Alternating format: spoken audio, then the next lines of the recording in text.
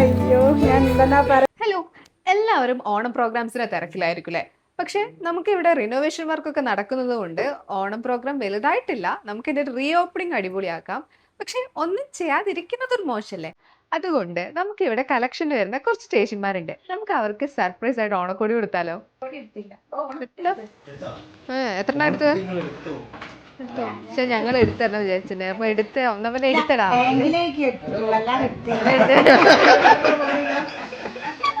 എന്നാ പിന്നെ കുറക്കണ്ട. നർഷിന്റെ ഓണക്കോടി.